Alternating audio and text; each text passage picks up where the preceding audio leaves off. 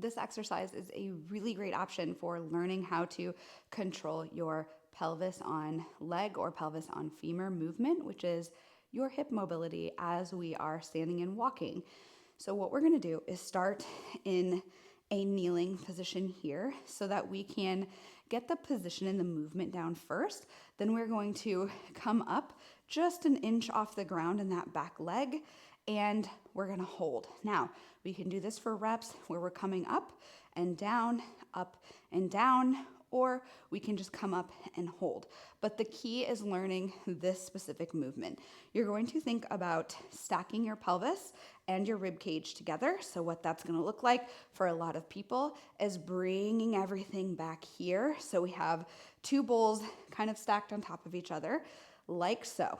Then from here, we're going to think about our belt buckle being kind of the lead point of what's moving. And I want you to think about the belt buckle turning towards this leg. A lot of people will mistakenly just move their shoulders, and we will lose that breaking point, or we will create a breaking point and not be moving the pelvis as much. This is a very subtle movement. You want to keep shoulder and hip together, and belt buckle leads the way towards the front hip. What you should feel is a little bit of a stretch on this underside or outside of your hip in the front leg. You should not feel any hip pinching. So once again, belt buckle, hip and shoulder together, turn towards this front leg. This front leg just stays where it is. Now, you should feel a little stretch, a little bit of maybe engagement or contraction. Then from here, you're going to try to keep that position.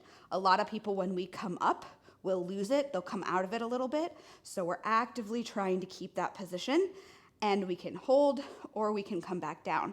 But again, we want to stay here.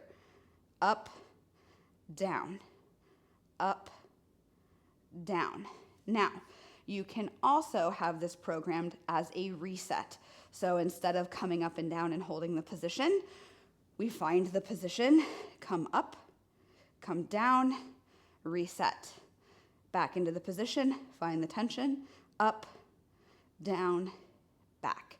That is going to be a reset rep. So the purpose and what you need is going to dictate which option makes sense for you. Sometimes we can do a little bit of both in different sets, but that's what we're going to be focusing on for this exercise to really learn how to get a little bit more of your pelvis control on your hip, because that's how we move about our real life. Again, when you're doing this, you should not feel any pinching in your hip. If you do, this exercise is too advanced, or we need some other sort of work before we get here, because you probably have something going on in your hip joint that needs a little bit of attention first. So don't push into that. Nothing should be painful. And over time, you should feel like you can load this with maybe a dumbbell here, a kettlebell, or maybe even a dumbbell here, and make that a little bit more challenging. And then over time, you can integrate this into things like your split squat.